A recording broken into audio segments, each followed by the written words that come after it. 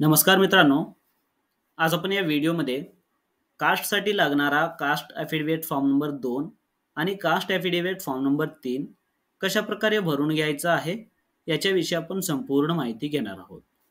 जर तुम्ही caste सर्टिफिकेटसाठी apply करत आहात, तर तुम्हाला मुख्यतः जर ओबीसी कास्ट सर्टिफिकेट असो किंवा व्हीजेएनटीसाठी असो, जर तुम्ही अप्लाय करत आहात, तर तुम्हाला कास्ट ॲफिडेव्हिट फॉर्म नंबर 2 आणि कास्ट ॲफिडेव्हिट फॉर्म नंबर 3 जे आहे पूर्णपणे भरून तुम्हाला अपलोड करावे लागेल.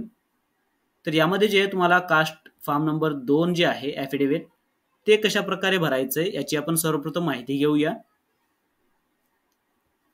या ठिकाणी तुम्हाला कास्ट ॲफिडेव्हिट फॉर्म नंबर 2 आणि कास्ट ॲफिडेव्हिट फॉर्म नंबर 3 व्हिडिओच्या डिस्क्रिप्शनमध्ये लिंक देईन.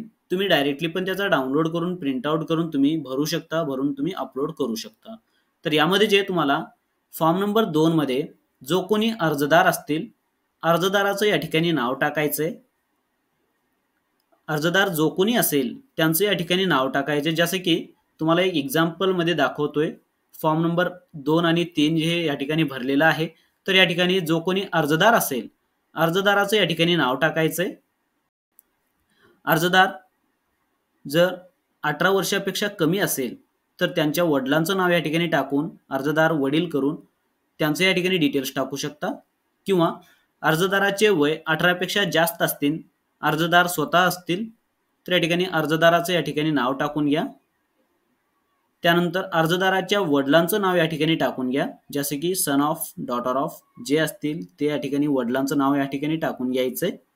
त्यानंतर जो कोणी अर्जदार आहे, अर्जदाराचं या ठिकाणी वय टाकायचंय. त्यानंतर यामध्ये ऑक्युपेशनमध्ये जर स्टुडंट असतील, अर्जदार स्टुडंट असतील तर स्टुडंट टाका. अदरवाईज या ठिकाणी अर्जदार जर फार्मर असतील किंवा इतर कोणते व्यवसाय करत असतील त्यांचं या ठिकाणी तुम्हाला मेन्शन करायचं आहे. त्यानंतर कोणत्या गावात राहतात या ठिकाणी टाकून घ्या, कोणत्या तालुक्यात राहतात, तसेच तुमचा जिल्हा कोणता आहे, अर्जदाराचा जिल्हा, हे संपूर्ण डिटेल्स तुम्हाला या ठिकाणी टाकून घ्यायचे आहेत. त्यानंतर तुम्हाला आय बिलॉंग टू व्हीजेएनटी किंवा ओबीसी ज्या कोणत्या कास्टमध्ये तुम्ही मोडणार आहात ते या ठिकाणी तुम्हाला टाकून घ्यायचे. आणि हे सगळं फॉर्म जे तुम्हाला कॅपिटल लेटर्समध्ये भरायचे. तर यामध्ये हे कास्ट या ठिकाणी टाकल्यानंतर या ठिकाणी टू बिलॉंग्स टू जे कोणते रिलिजन असतील तुमचं, हिंदू असतील हिंदू टाका, अदरवाईज जे असतील तुमचं ते टाकू शकता. त्यानंतर माय ओरिजिनल प्लेस ऑफ रेजिडन्स यामध्ये तुमचं संपूर्ण जे आहे पत्ता टाकून घ्यायचा आहे. पत्त्यामध्ये अर्जदाराचं या ठिकाणी संपूर्ण या ठिकाणी गावाचं नाव, तहसील, जिल्हा आणि तुमचा स्टेट या ठिकाणी अशा प्रकारे तुम्हाला टाकून घ्यायचं आहे. त्यानंतर हे जे आहे the true copy of validity certificate received by my relatives.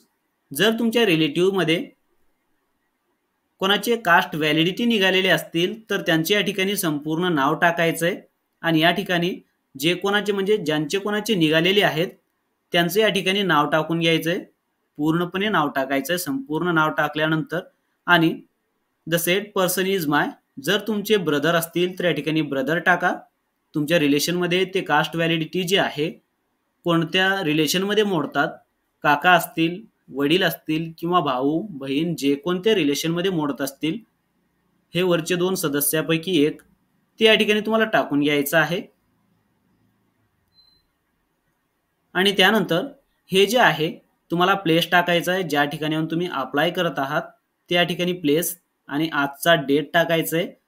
त्यानंतर या ठिकाणी अर्जदाराचं नाव टाकून या ठिकाणी त्यांची सिग्नेचर करून घ्यायची आहे. हे अशा प्रकारे तुम्हाला कास्ट ॲफिडेव्हिट फॉर्म नंबर 2 पूर्णपणे भरून घ्यायचे. त्यानंतर तुम्हाला caste affidavit form number 3 fill up करावं लागेल.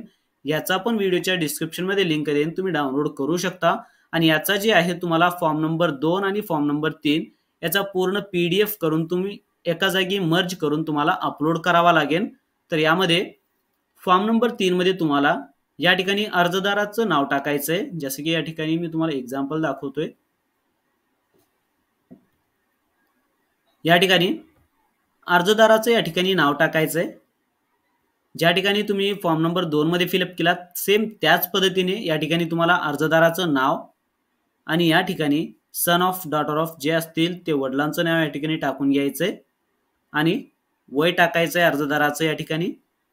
त्यानंतर स्टुडंट किंवा फार्मर जे तुम्ही बिलॉंग करत असतील ते या ठिकाणी टाकून घ्या. कॅपिटल लेटर्समध्ये संपूर्ण फॉर्म भरून घ्यायचे तुम्हाला. त्यानंतर तुम्ही ज्या गावात राहता, ज्या तहसील विभागात राहता आणि कोणत्या जिल्ह्यात राहता आणि स्टेट कोणता आहे हे तुम्हाला संपूर्ण डिटेल्स भरून घ्यायचे आहेत.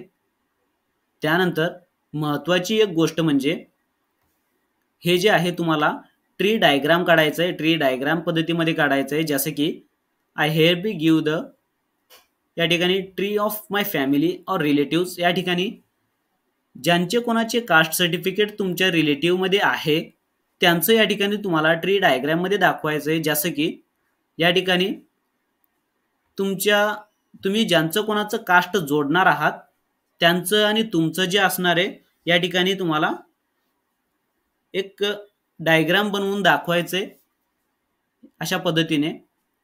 जसं की या ठिकाणी छोटंसं एक वंशावळ तयार करायचे तुम्हाला. या ठिकाणी आजोबाचं नाव एक एक्झाम्पलमध्ये दाखवतोय तुम्हाला. आजोबा आणि आजोबाचे 2 मुलं असतील तर या ठिकाणी 2 मुलं टाकू शकता किंवा वडील एकटे असतील तर वडिलांचं या ठिकाणी नाव टाकायचंय. त्यानंतर खाली त्यांचे मुलं अशा पद्धतीने आणि या ठिकाणी जर ॲप्लिकंट आपण असतील तर या ठिकाणी अर्जदाराचं या ठिकाणी संपूर्ण नाव टाकायचंय आणि या ठिकाणी टाकायचंय ॲप्लिकंट अँड बेनिफिशरी. जर अर्जदार आणि लाभार्थी जर सेम असतील ते अशा पद्धतीने टाकून घ्यायचं आहे. जर फक्त अर्जदार असतील आणि लाभार्थी वेगळे असतील ज्या कोणते म्हणजे या डायग्राममध्ये जो कोणी लाभार्थी असतील त्यांच्यासमोर बेनिफिशरी टाकायचं आहे.